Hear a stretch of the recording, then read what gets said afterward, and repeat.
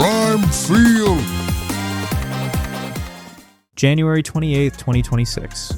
Gampel Pavilion. Usually this building feels like a fortress, a place where Gino Auriemma's depth acts as a suffocating weight on the rest of the Big East.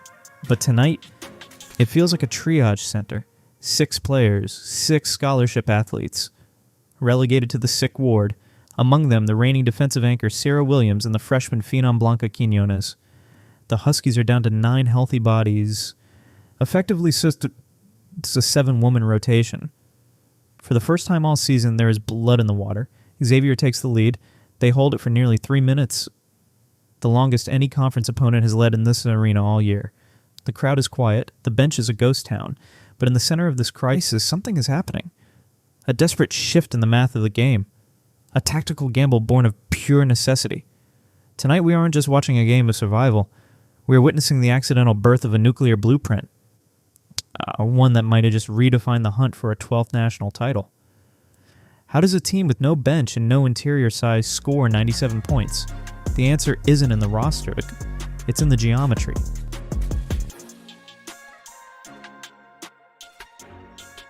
In stores, depth is usually a luxury. On January 28th, it was a memory. Without Serah Williams, the paint was no longer a no-fly zone. Without Quiñónez, the slashing versatility that defined the early season had evaporated. Gino Auriemma was left with a mandate: survive through spacing.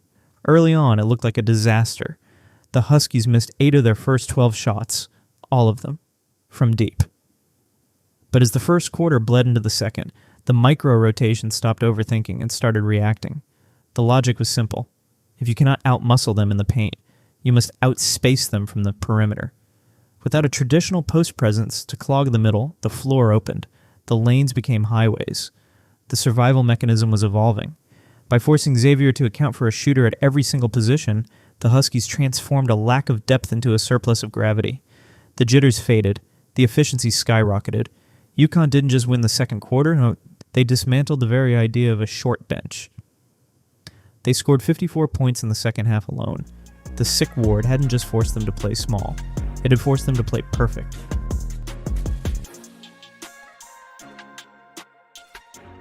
Every great team has a nuclear option.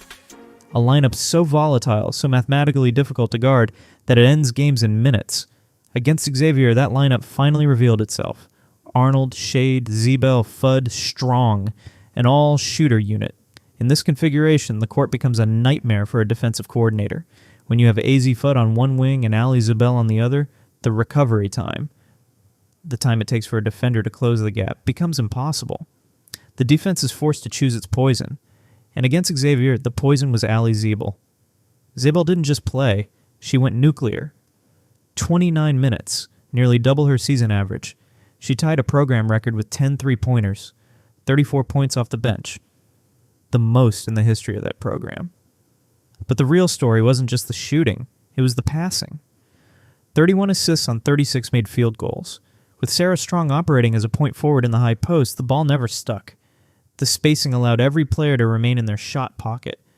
The Huskies took 34 threes. They didn't settle for them. They hunted them.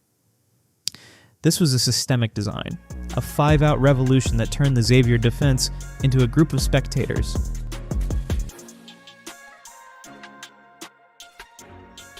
You can't play an all-shooter lineup if you can't stop anyone.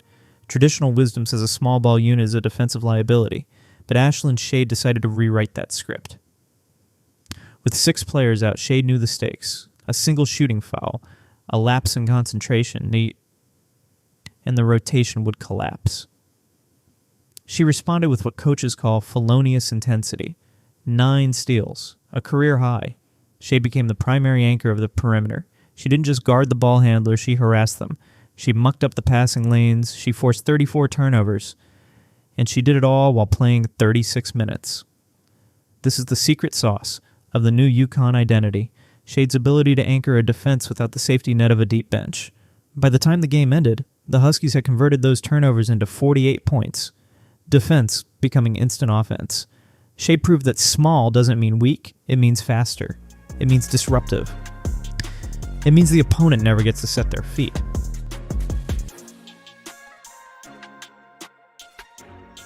Critics called the Xavier game a fluke. a statistical outlier against a lesser opponent. They said the nuclear option wouldn't scale. Then came February 1st, Tennessee. The #15 ranked team in the nation.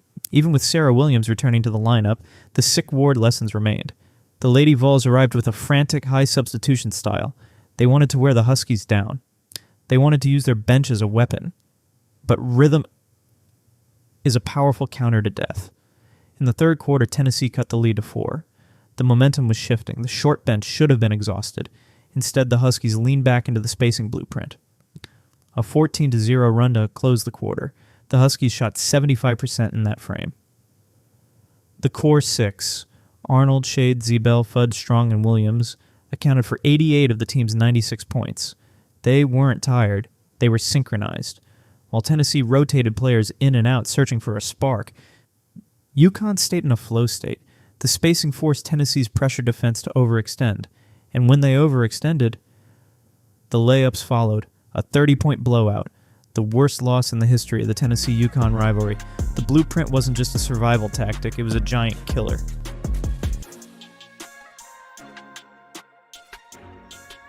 But every revolution has its casualties.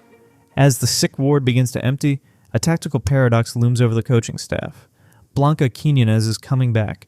She is a superstar, an award-winning freshman, a mismatched nightmare who shoots 60% from the floor. But the data is, complicated. Without her, the Huskies averaged nearly 97 points per game. Their assist numbers spiked. Their floor geometry was pristine. Quiñónez is a slasher. She lives in the paint. She thrives in the mid-range, but the nuclear option relies on the paint being open for business. The challenge for Gino Auriemma is no longer about finding enough players to fill a jersey. It's about reintegration. Can Quiñónez fit back into a flow that had just discovered its maximum spacing potential? Or will her return inadvertently compress the very lanes that allowed Allie Ziebell to go nuclear? The trust index isn't down on her talent. It's down on the certainty of the rhythm. The lanes are open now. The question is, who is allowed to drive them?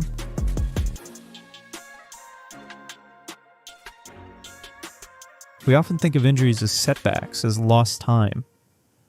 But for the 2026 Huskies, the sick ward was a laboratory. It stripped away the luxury of depth and forced them to find their most efficient form. It transformed Allie Ziebell from a deferential sophomore into a quiet killer. It turned Ashlyn Shade into a defensive anchor, and it revealed the nuclear spacing blueprint. UConn has won 11 titles with 11 different identities. Some won with size, some won with speed. But this version? This version wins with math. By embracing a high-volume, spacing-first identity, the Huskies have become matchup-proof. If you play big, they space you out. If you play small, they outshoot you. The crisis didn't break them. It built them. As the Big East tournament approaches and the road to the Final Four begins, the core 6 inches stands ready. They have survived the triage center. They have mastered the geometry of the hardwood. It leaves us asking, if this is what they can do with 7 players, what happens when the rest of the world has to face the full strength of the blueprint? The sick ward is empty, but for the rest of college basketball, the headache is just beginning. Prime Field